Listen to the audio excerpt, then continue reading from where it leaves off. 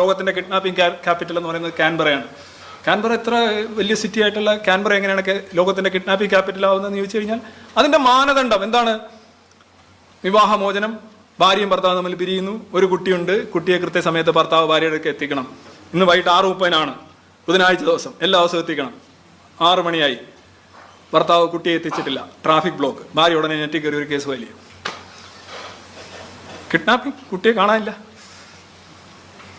സ്വീഡനിൽ സ്ത്രീകൾക്കെതിരെയുള്ള പീഡനം ഏറ്റവും കൂടുതൽ നടക്കുന്ന സ്വീഡൻ പോലെയുള്ള രാജ്യങ്ങളിലാണ്. ലോകത്തെ ഏറ്റവും കൂടുതൽ സമൃദ്ധമായിട്ടുള്ള സ്ത്രീകൾക്ക് പ്രോസ്റ്റിറ്റ്യൂഷൻ അതിനോട് സ്ത്രീകളോട് ആവശ്യപ്പെടാൻ പാടില്ല സ്വീഡനിൽ. പക്ഷേ സ്ത്രീകൾക്കാകാം. അത്ര രീതിയിലുള്ള സ്ത്രീ സൗഹാർദ്ദപരമായിട്ടുള്ള രാഷ്ട്രീയമുള്ളൊരു ഏറ്റവും വലിയൊരു രാഷ്ട്രീയ ഭൂമികയാണ് സ്വീഡൻ പോലെയുള്ള സ്കാൻഡിനേവിയൻ രാജ്യങ്ങൾ.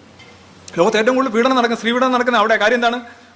ഒരു സ്ത്രീ അവിടെ കൊണ്ട് ചെന്ന് കഴിഞ്ഞാൽ ഒരു കംപ്ലൈൻറ്റ്, എൻ്റെ ഭർത്താവ് അല്ലെ എൻ്റെ ബോയ് ഫ്രണ്ട് എന്നെ പീഡിപ്പിക്കുന്നു. അവരാദ്യം എന്ന് പറയും, എത്ര നാളായി? കഴിഞ്ഞ 2 മാസമായിട്ട്. 2 മാസം എത്ര ദിവസം നിങ്ങളുണ്ടായിരുന്നു? 2 മാസം ഞങ്ങളെല്ലാം കൂടെ ഒരു 50 ദിവസം ഒരുമിച്ചുണ്ടായിരുന്നു. ഒരു 50 കേസ് അങ്ങ് രജിസ്റ്റർ ചെയ്യും. 50 കേസാ അത്, ഓരോ ദിവസം ഒരു പീഡനം വെച്ച്. എന്നിട്ട് ഉടനെ നെറ്റിലും കൊടുക്കുക.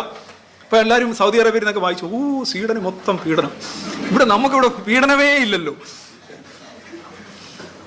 മാനദണ്ഡങ്ങൾ ഇങ്ങനെയാണ്. ഇവിടുത്തെ ഈ 800-ൽ പരം ബാക്ക്വേർഡ് കാസ്റ്റ്, 2000-ൽ പരവും 3000-ൽ പരവും, ഇപ്പോൾ 5000-ൽ പരം ഉണ്ട്. അതിനകത്ത് സംവരണം ഉള്ളതിൻ്റെ കാര്യവും ഇല്ലാത്തതിൻ്റെയും പറയുകയാണ്. ഇങ്ങനെ വലുതായി വരുന്നത് നമ്മൾ നിയമങ്ങൾ മാറ്റുക. ഇപ്പോൾ ഉദാഹരണമായിട്ട് 120 എന്നുള്ള നിങ്ങളുടെ ഷുഗറിൻ്റെ റേറ്റ് 80-ലേക്ക് കൊണ്ടുവന്നാൽ നിങ്ങളെല്ലാം ഷുഗർ രോഗികളാവില്ലേ? മൊത്തം ഷുഗർ രോഗികളുടെ ഞാൻ അഭിസംബോധന ചെയ്ത് അതേപോലെ ഉള്ളൂ.